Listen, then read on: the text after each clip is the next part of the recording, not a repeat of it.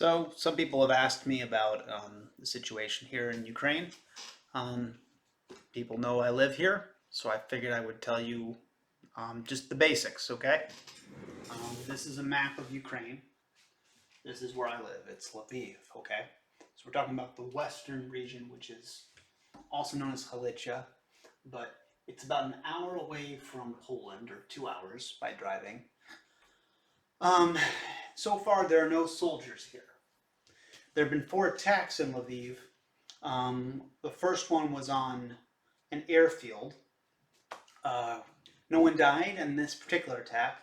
They just they damaged some jets, which are of course expensive. Second attack was on an oil rig. About 7 people or 14 people were injured when they attacked the oil rig. Lost some valuable oil as well. No one died to my knowledge. This oil rig there was smoke coming out from behind um, High Castle, or the radio tower. There's a radio tower in Lviv that everybody sort of recognizes, but you could see black smoke coming out from behind it. So it was quite significant for those of us who've spent some time in Lviv. I've lived in Lviv for 3 or 4 years, so it was a little bit strange seeing like pictures of attack that's visible from the city center. The next attack was on the train station. About 12 or 15 people died from this attack. Others injured, probably more like 50 injured. And this was near a storage facility. This was at a storage facility that was located near the train station. Um, a little bit more tragic, obviously. And then after that, they attacked a power station, and power went down for about a fourth of the city. Uh, uh, 2 people were injured. No one died in that particular attack that I know of. Now, I do know somebody who's my cousins, my wife's cousins saw the smoke coming up from the train station. Um, I also know somebody, my wife's brother's wife, uh, saw smoke coming up from the airfield. So this is stuff that people have around me have seen, and sure, I don't know all the facts. I wasn't there, but I can say that this happens, and I you know, there was also an attack. I mean, somewhere around here near Yavoriv, um, where they attacked a military base. 50 people died in this attack, but it wasn't actually in my city, which is why I don't include it. But it's in the same oblast, the same region or same state, if you will. Each of these different colored shapes on this map is a different oblast. Uh, the situation in Ukraine as a whole, though, is not as fortunate as Lviv in all of its areas. So down here you have Kherson, right? Now Kherson has been occupied for some time now, and they want to have a referendum. What Russia likes to do is hold these fake elections where they pretty much decide this region is going to become part of Russia, but they hold elections just to make it look like it's democratic. This is what they did when they annexed Crimea 8 years ago, and it's also what they did when they annexed part of Luhansk and Donetsk. They had fake elections, even though most of these mayors or rulers pretty much were just self-appointed at the expense of the locally elected uh, mayors and leaders of those regions. So that was in response to the 2014 revolution that Russian influence caused them to annex these territories. They also tried to annex Luhansk, but the Ukrainian forces beat them back, and this is back in 2014. More recently, most of the fighting, I would say probably the biggest fighting, was in probably the city Mariupol. Unfortunately, the city fell to Russia, so right now you're looking at probably this area being controlled by Russian forces, while this area had a lot of Russian forces in it, but was beat off by the Ukrainian military. A lot of rockets have been firing at Odessa, so Odessa has not been particularly safe. The city of Dnipro also had rockets, I believe, firing at it, or I don't know if that's true, but a lot of people in Dnipro had to leave, and including my wife's cousin's mother-in-law and her daughter left Dnipro, and they went to Poland, Warsaw, where they got a visa to the United States. Uh, Up north, the Russian army, particularly in the cities of Irpin and Bucha, since the 2022 February 24th invasion, have been accused of several war crimes and just, what do you call them, human rights violations, just serious atrocities, war crimes, atrocities, rape, uh, torture, these sorts of things. Like there are people just found tied up. When they evacuated, supposedly they were firing at anybody who approached them. And so just needless, useless killings, really, in Irpin and Bucha. Supposedly, now obviously Russian occupation is not a good thing, but supposedly the soldiers in Kherson are not quite as bad. The Russian soldiers there are not quite as bad as the soldiers up here in Irpin and Bucha. The reason being is that many of them are ethnically Ukrainian and they come from Crimea, which used to be part of Ukraine. So they have a little bit more of a conscience about firing on fellow Ukrainians. This is just one theory that I read in one article. I'm not sure if that's actually true, but people were at least allowed to protest in the street corners in Kherson. Now, is it really safe? No, not really. You can get arrested. All this stuff still happens there. The internet's down. There's a problem with water. And then they have their fake referendum coming up. So all this stuff is still a problem, and in the Ukraine military, you hope can rescue them. But still, it's a little bit better than it is in Irpin and Bucha, although the soldiers have left those areas. The Ukrainian army has taken back Kharkiv. Kharkiv was very heavily destroyed. A lot of the buildings are just gone, and the city is supposedly unrecognizable. I think most people have left. I don't know, maybe a fourth of the city's still there. I know a fourth of Mariupol was still there, and there's soldiers caught in a steel refinery or some sort of factory, and so there's soldiers still caught in there.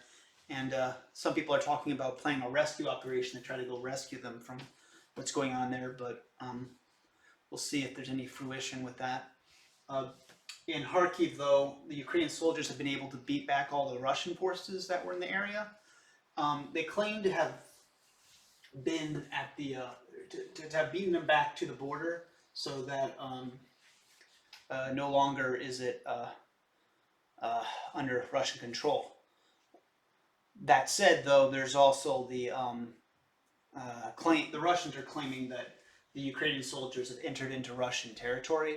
Now, there's one video of a helicopter shooting an oil rig in Russia, so most likely there was some involvement, but the Russians claim that about 13 civilians were attacked and 1 or 2 people died in the attack, and that this is an attack on Russian soil. The Ukrainian government says they're defending their country and they're not attacking Russian civilians. So I don't know if there's any truth to this particular statement, but I read this from, I think, ATP News, or one of those news sources that comes on my Microsoft Edge account. So up here, the Ukrainian forces have been successfully beating off Russian forces.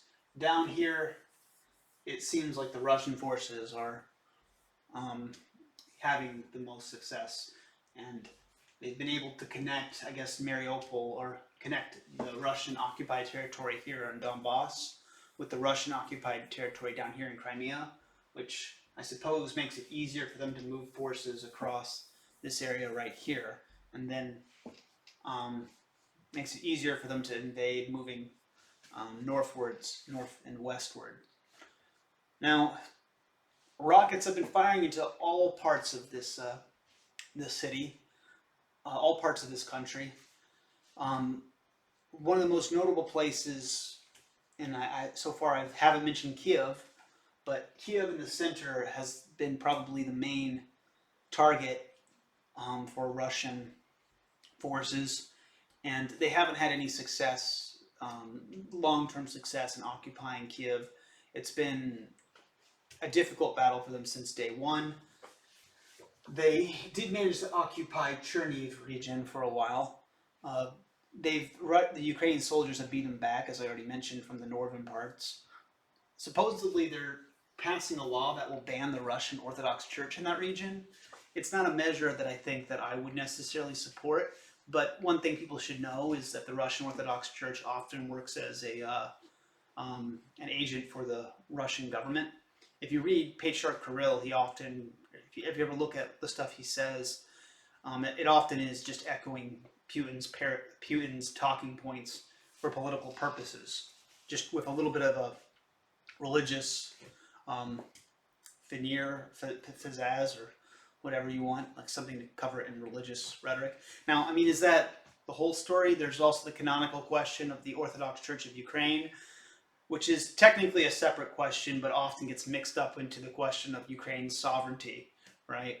It's a different issue, but the way politics tends to intermix, it's very hard to separate the Russian Orthodox Church's interests in Ukraine with that of the Russian government, because the reality is they often rely on each other. So that's why they've outlawed it there, because people were using it. Now, in my opinion, what they should do is they should keep it legal. Religion should be legal, but they should probably plant like spies or something in those churches, because it is real that a lot of people do use these churches for political purposes like that. Some cases they're priests that were spying on the Ukrainian government and this sort of thing. Like, so the Russian Orthodox Church is not exactly innocent, but you know, they could probably implant like CIA agents, like supposedly the U.S. does with radical Islam in some mosques. That would have been my approach. Not that I necessarily know. Now, most of the rockets are being fired from Belarus. Lukashenko is basically a puppet of Russia. He arrested his political opposition, and he more or less represents Russia's interests at this point. He's been in power for 30 years. That's longer than even Putin. So if there is a dictator, if there ever was a dictator, it's Lukashenko. And he's pretty much in cahoots with Putin as much as anybody could be. His interests are not really independent of Russia's. So he basically will, if he does decide to mobilize his military, or if Russia asks him to do this, it's likely that Belarus's army could invade Ukraine. And then, you know, I might have to leave because it's a lot closer. Belarus is a lot closer to Lviv than the Russian forces over here, or the ones that were beaten back here. There are a lot of civilians in Belarus, though, who are very much opposed to the Ukraine war, or very much opposed to Russia. And they actually film some of the actions of the Russian government in Belarus. They film whenever Russian forces are moving through Belarus. And this is something the Ukrainian military has benefited from. And there's also many Belarusians who are now living in Ukraine, and they don't want to go back to their country because of the situation there. I was talking to a refugee from Belarus in South Carolina, believe it or not. Like, since the 2020 elections, this sort of escaped everybody in the United States radar because of the riots and the police brutality going on in 2020. And so everyone was talking about that. But at the same time, Belarus was undergoing, you know, like their protesters were being shot in the streets, and votes were being taken and hidden away, and they arrested a major political candidate was arrested for a petty crime, and this sort of thing was going on. Like, the petty crime wasn't real, by the way; it was just a fake, false flag operation. So this is admittedly an incoherent rant. I don't know if you got anything from this, but basically, that's what I know about Ukraine, and that's what's going on right now. A lot of the buildings and a lot of the people's homes in this part of the country, people have had to flee. Lviv has taken a lot of refugees, and I was in Krakow, um, just 2 weeks ago, and I saw plenty of Ukrainian refugees there. So, you know, it's pretty rough, pretty rough, pretty rough.